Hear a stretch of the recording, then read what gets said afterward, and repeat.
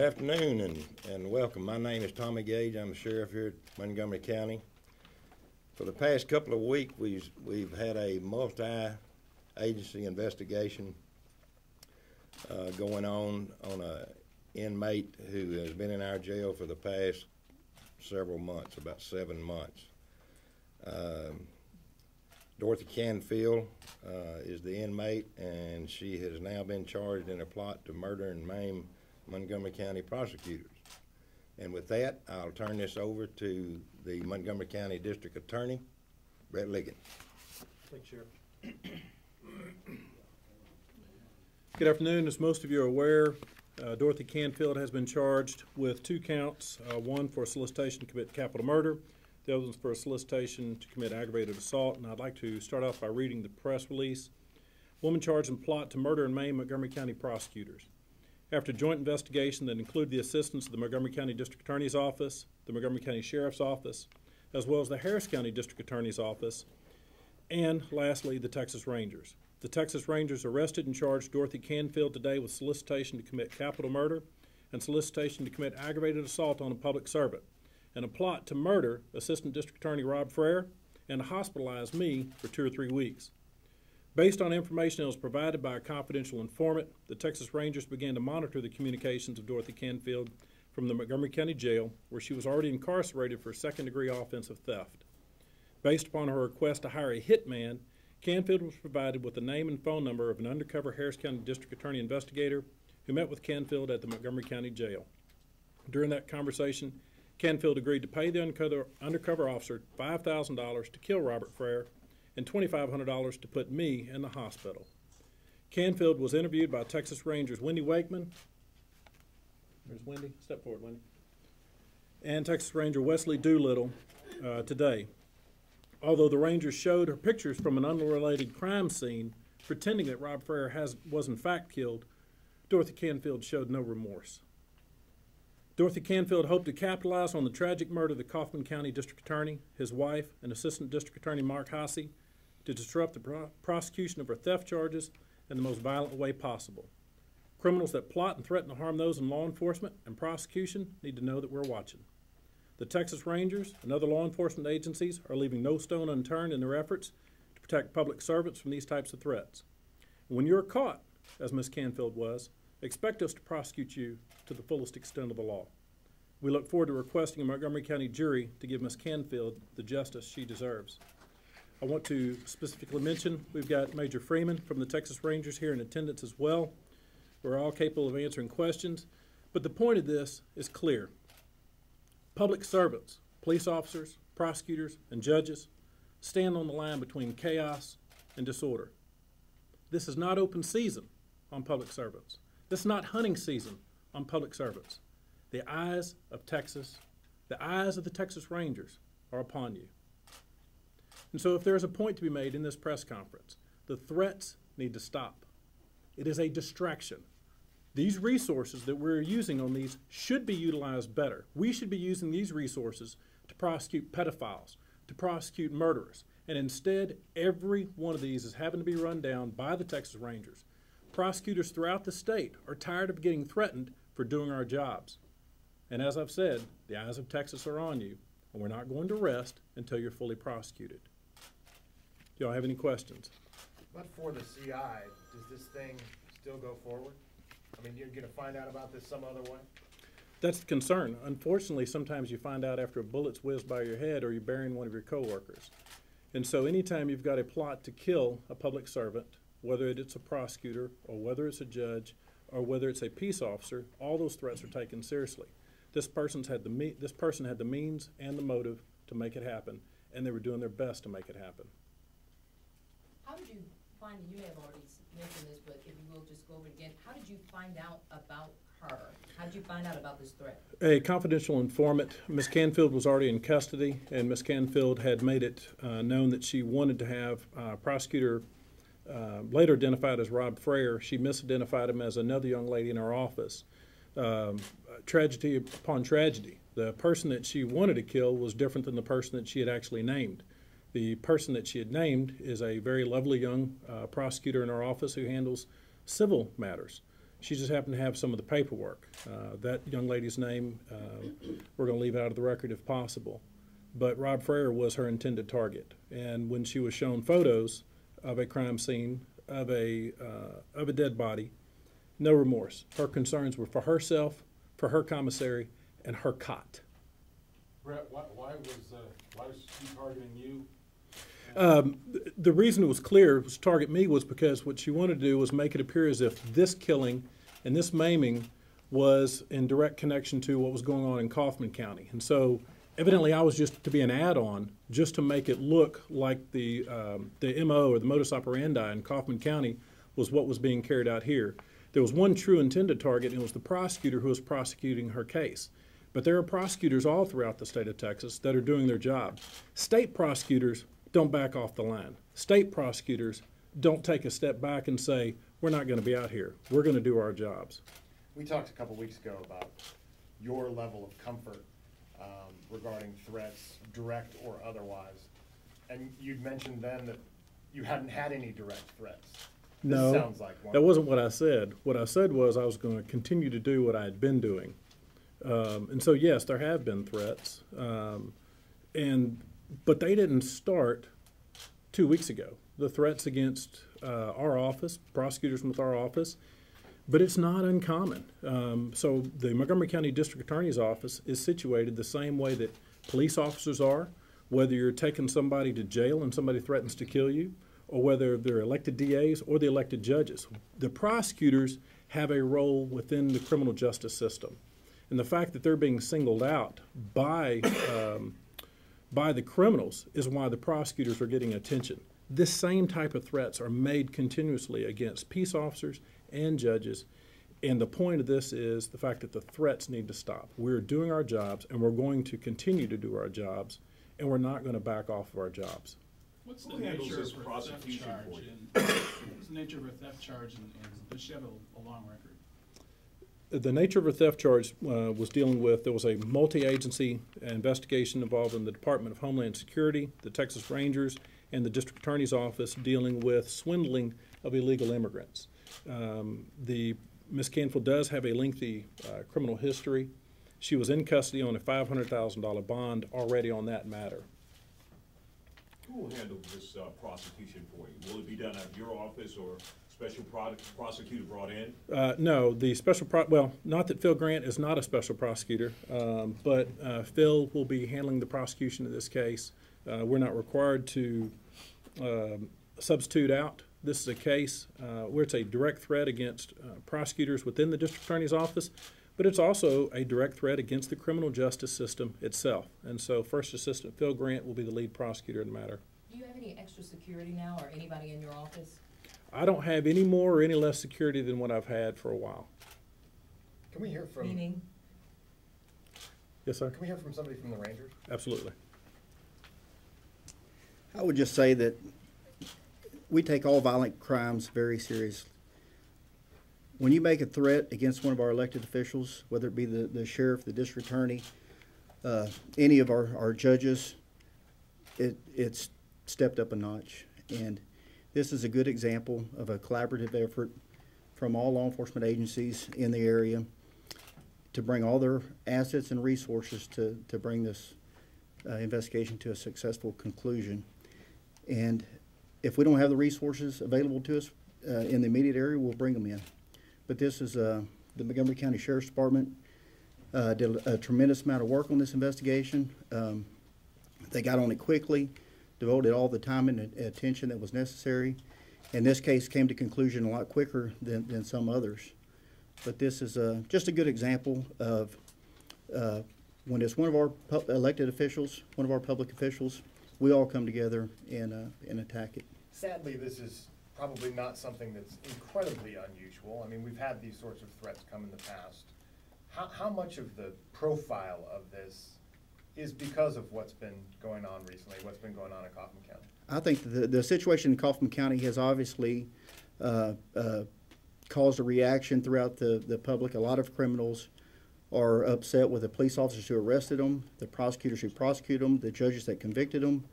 And this is an opportunity where I think some of them feel like they can retaliate and it's so widespread that they won't be caught or brought to justice. And this is just one example. I know there's been many throughout the state, but like I said, it brings it up to another level, and we're not going to tolerate it. This is how our criminal justice system works, and we're going to do whatever's necessary to bring these criminals to justice. I know a lot of this happens a lot. Probably a lot of it happens from inside prison walls. How do you know, as Texas Rangers or investigators, how do you know which one is really serious about carrying out a threat? You have to treat all of them as if they're a real threat until you can prove otherwise. And a lot of that is based on your information you receive, your informant, how reliable they are, how credible they are. There are some people give a lot of information on a lot of cases and none of it's credible. So you just have to judge each one of them independently and objectively. And if you don't know this person, you don't know how credible they are, you have to treat it as if it's a credible threat, such as this one. This was a very credible threat, and thankfully, we developed good information from the onset and got right on it, and we're here today, and the district attorney's here with us today. What is it about it that makes this specifically more credible a threat than others? I mean, access or the just affirmative steps that she would have taken. So in this case, anytime you're dealing with a solicitation case, it's not unusual to have somebody in a tank or somebody mutter that they're upset or that they're mad, blowing off steam. When somebody takes an affirmative step to actually meet with a hitman, we tend to take that serious. Now, we have some audio from the initial contact with the undercover hitman, if you'd like to hear that. Unless there are any other questions, we'll go to the audio. Are you guys surprised that at 84 years old, she's still an active criminal? The thing about it was, she wasn't going to be the trigger man. And so if you've got the motivation and you've got the means to make it happen, it doesn't matter your age. It only matters what your intent is. And so the contract was already sealed. The fact of the matter was, the person that she was trying to hire was a very robust young guy that was able to carry out her intentions. And right. So don't get lost in the fact of what her age is. As a matter of fact, I think she addresses her age on this tape probably better than I would. The Kaufman County pretty much changed everything as far as raising the bar. Like you were referred, she had this idea that, okay, I want to tie it with Kaufman County. Other people may be thinking the same things, right? Well, as the major has pointed out, there have been several offices throughout the state that I've spoken with personally that have received anonymous death threats, either through the telephone or through email or letters that are being mailed to them.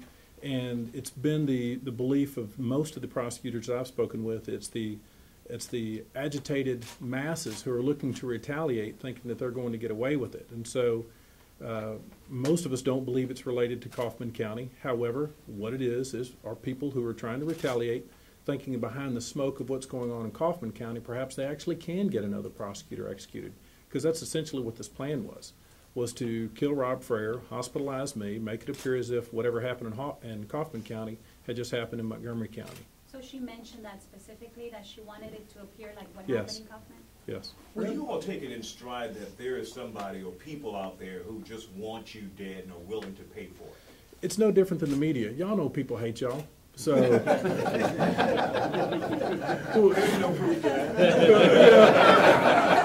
we try to take it in stride. You have your job to do, and you have questions that have to be asked, and you still have to have your work done by the end of the day.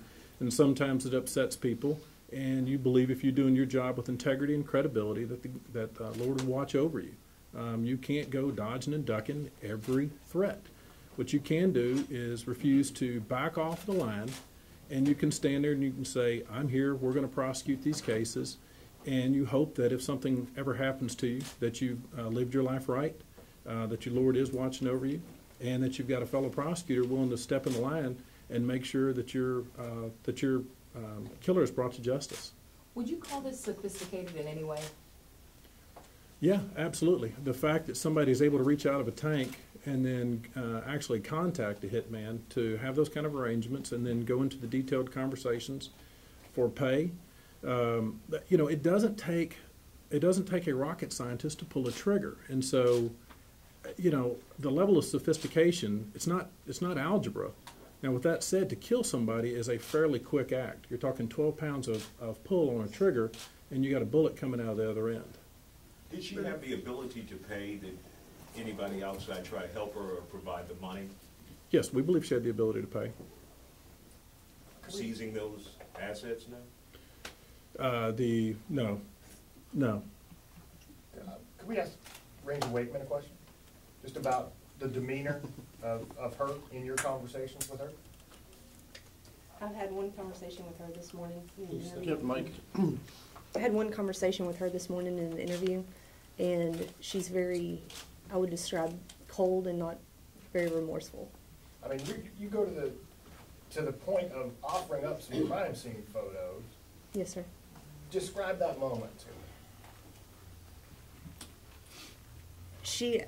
She acted basically just like you and I are standing here talking now.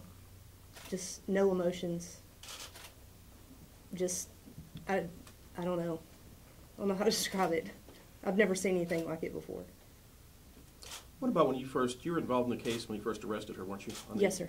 How was she then compared to now? I mean, did she care about it then that she'd taken all these people for almost $30,000, or was her demeanor back then? She did not speak to me for a very long period of time last time.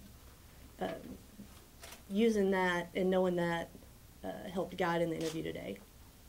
Was she surprised that she'd been had Last time or this this time? time? No, sir, I don't think so. I think she kind of knew it was coming.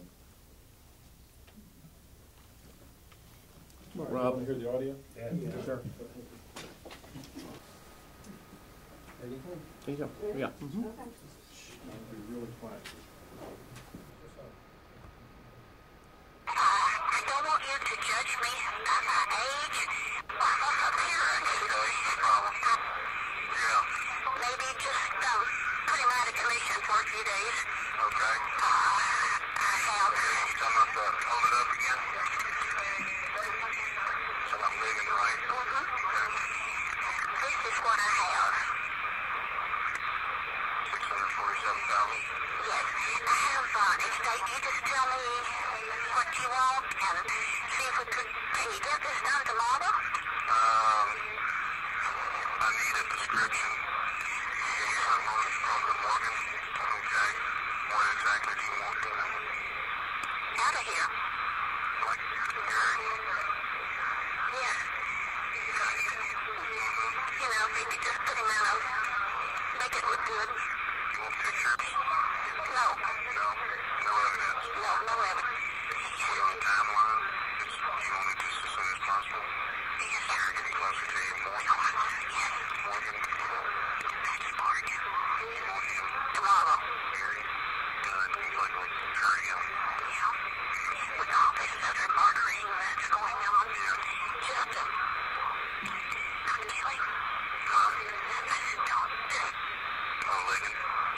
Put him in the hospital for 2 to 3 weeks. The other one you want gone. When this takes place, when he gets it in, it's going to be crazy right here. I know that. And I'm looking forward to it. We're taking it away.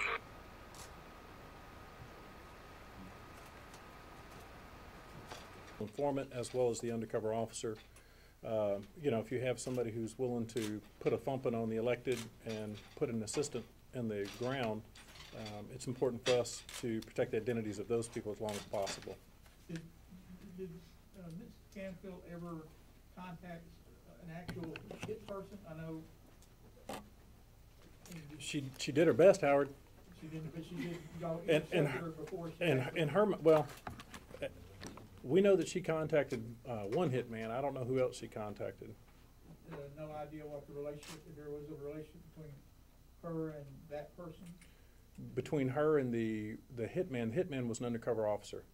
But you said you He might- still is an undercover officer. But you said she had contacted another person to actually do the hit, or y'all believe she did? No, I said, well, I don't know if she did, but I knew she's contacted at least one, which was the undercover officer. Okay, I was asking outside that. Okay. And can you describe the scenario that we just heard there? She is talking to, who does she think she's talking to? She believes she's talking to the hitman, Okay, and that is actually, the undercover officer. So the informant, the confidential informant, what was their relationship inside the jail? Is that like a tell me? I'm protecting the identity of the confidential informant, but that was a nice try. So, did I hear wrong, or did she say she has $647,000? You heard the tape correctly. Why is she still sitting in jail then and not paying her bail? You're asking me to speculate, and as to whether or not she can gain access to those funds are another matter. Will you sort of take us through what she said? Some of it was a little hard to hear. Yes, on this, the conversation was much longer than that, and so we boiled it down for y'all's purposes. The gist of it was that she wanted Prosecutor Freyer killed the very next day. She misidentifies Prosecutor Freyer as another prosecutor. She goes on to identify that prosecutor, Rob Freyer, as stout, short, dark hair, and a few other things that made us believe that it was Rob Freyer, and the fact that he's the prosecutor on the theft case. And then the hitman starts to arrange the price, $5,000 for the murder, and then additional $2,500 to have me hospitalized. She wants it done immediately. Tomorrow is not soon enough for her. And then she asks that you don't look at her age. She has a college degree. She believes that she is fully capable of doing this. And at the end of the tape, what you hear her say when the undercover officer indicates that all hell is going to break loose, and I think her last words were she was looking forward to it. And she was whispering something about make it pretty. Do you? As far as the murder, Can you tell us what she said? I could barely hear it. I've heard the tape so many times. I mean, I know the whole tape, and the gist of it was she wants the homicide scene or the murder scene to make it look like a murder. She didn't want proof of it through photographs or what have you, but she wanted to make it look good. Okay. Does she have a degree? That's what she indicates. I think she does have a college degree. No? She Don't know. All right. Does she Thank have you. a family that y'all know of? Yes. I mean, does she have a lot of kids, or? I know she has family, and frankly, I don't give a damn. Does she have an attorney? She does on the theft case, not on the solicitation cases. Do you know who that is? Brian Burns is the attorney on the theft case, and he's right outside. What type of punishment are you looking for? I'll leave that up to the prosecutor. Obviously, prosecutors don't go around trying to attach numbers to cases. What we're looking for is the full amount of justice that a jury or a judge would give her. What's the maximum possible? Life. Life without parole or just life? Life. All right, anything else for the Rangers? Or the Sheriff's Department? Thank you, gentlemen. Thank you. And ladies.